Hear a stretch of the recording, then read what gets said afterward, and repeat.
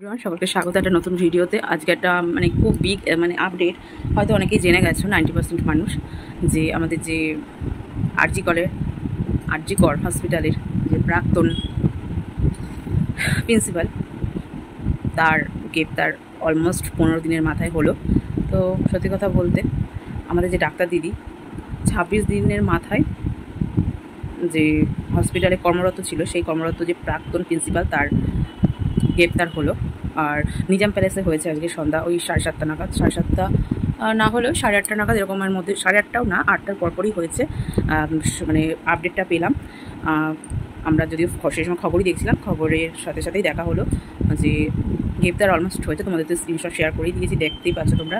তো এখন এতটাই খুশি হওয়ার কিছু না, হয়তো প্রথম স্টেপ একটু স্বস্তির নিঃশ্বাস ফেলা যাচ্ছে, কিন্তু সেরকমভাবেও না। আর আমাদের যে ডাক্তার দিদির বাবা মাও বলেছে যে আমরাও পথে নামবো, 5 তারিখের অপেক্ষায় রয়েছি, 5ই সেপ্টেম্বরের অপেক্ষায় রয়েছি। তো এবার সেটা সবারই এটা দেখার যে 5 তারিখে কী হয়, বিকেলের দিকে বা দুপুরের থেকেই জানা যাবে, দুপুরের আগে থেকেই জানা যাবে যে কী হতে চলেছে বা কী হবে। তো সত্যি কথা বলতে আমি সেরকমভাবে ভিডিও করি না, কিন্তু যে জিনিসটা আজকে না বললে নয়, তার জন্যই ভিডিওটা করলাম। যে শুধুমাত্র কী বলবো তোমাদের, দুর্নীতির জন্য তাকে গ্রেপ্তার করা হয়েছে শেষমেশ।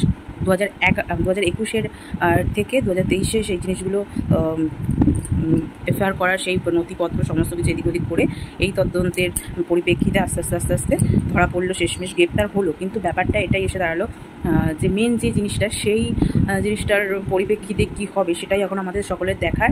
আর সত্যি কথা অদ্ভুত ব্যাপার, এক একজনের এক এক রকম মতামত জানা যাচ্ছে।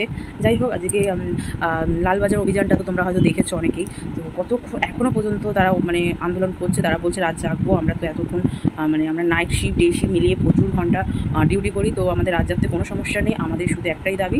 তো বুঝতেই পারছো, তো এটাই বলবো, আন্দোলন চালিয়ে যেতে হবে। আন্দোলন এই যে একজন ধরা পড়েছে বলেই সবে মাত্র কান টানলে মাথা আসে বলে না, সেরকমই ব্যাপারটা। এখনও প্রচুর লোক ধরা পড়ার বাকি। আর আমাদের যে স্বাস্থ্যমন্ত্রী, হয়তো তাকেও ডাক পড়ে যেতে পারি। তো আমাদের পুলিশ কমিশনার, সে দেখা যাক কী হয়, কিন্তু আমাদের থেমে থাকলে হবে না, আন্দোলন চালিয়ে যেতে হবে অবশ্যই। আর সত্যি কথা বলতে আমাদের যে ডাক্তার দিদির বাবা মায়ের অবশ্যই রাস্তায় নামা দরকার।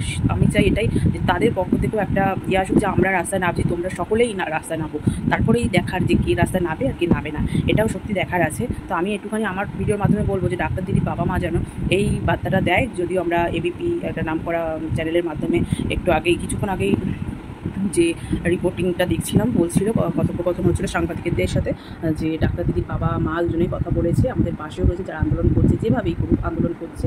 সত্যি কথা বলতে, কিন্তু যাই বলো, আন্দোলন যেন থেমে না থাকে, আন্দোলন চালিয়ে যাক, বিচার যতক্ষণ না পাওয়া যায়, এটাই বলা আমার ভিডিও মাত্র। আর মেন যে আপডেটটা সেটাই, যে সন্দীপ ঘোষের গ্রেপ্তার হয়েছে শেষমেশ। অনেকেই একটু আনন্দিত হচ্ছে, কিন্তু এই আনন্দিত যেন আবেগে না ভেসে যায়, এই আন্দোলন যেন চলতে থাকে, এটাই বলা। রাত্রি অনেকটা হয়ে গেছে, 10:30 বাজে। আমি জাস্ট একটু ছোটো করে একটা ভিডিও শেয়ার করছি তোমাদের সকলের সাথে। আপডেট পেলে কিছু হলে আমি অবশ্যই ইচ্ছা আছে কালকে একটা ভিডিও করার।